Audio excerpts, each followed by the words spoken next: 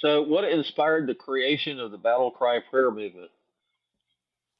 So at the beginning, I knew that this was a war that we were in for our kids, and I was kind of asleep before this all happened. I always had thought, oh, yeah, I'm just going to let the theologians hash out all of these things. I'm just going to love people. And I didn't realize that I was going to be in the middle of some of this stuff and I was going to have to figure out how to pray. And so the Battle Cry prayer movement started when I realized I needed community. And at the very beginning of my journey, I found a Facebook group of moms that had children, LGBTQ children.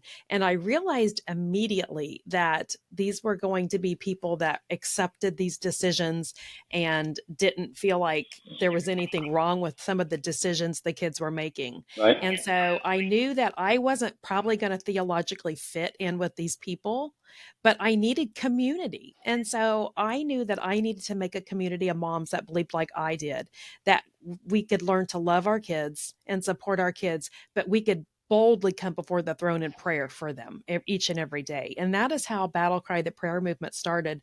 The title, I wrote a book about this, but the title came from a journal that I wrote the very first night after this phone call. And in it, I wrote, "This is my battle cry. Love goes to war."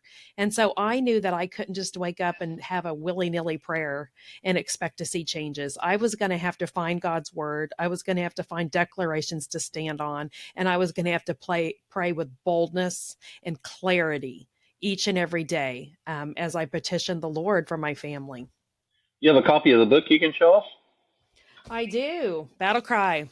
Love Goes to War. It came out last October, 2024, and it's just the story. It's my story. It's not my child's story. I never Right? talk about his journey because that's his journey to tell. It's not for me to talk about.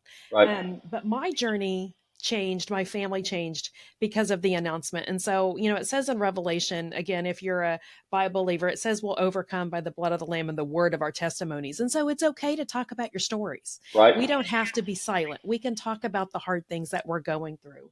Well, And I just, I'd love to advertise yeah, that on our Facebook support group, and thank you. maybe I you would can. love, yeah. Yeah, I'd love for you to join our Facebook support group. I'll send you the information, and Please do. you can advertise your book there.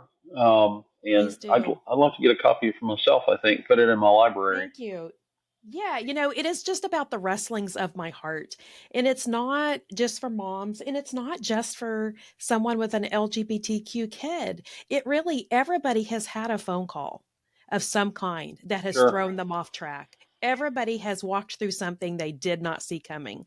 And it's Right. just the story of the wrestlings of my heart and what the Lord taught me during the last 7 years. And then the prayer, he showed me how to pray for my child, and it's just I call it a battle plan. And so that's what the book is about. And I hope it just meets some parent right where they're at. The Right. church is very silent on having prodigal children, Right. and we don't like to talk about those crazy hard things. And so there's a lot of parents just sitting around lonely, scared, and depressed and full of shame because they don't know what to do. And I'm here to tell them to get out of that shame, that the Lord, there's light coming, and we're going to stand firm on his word and we're going to see victory.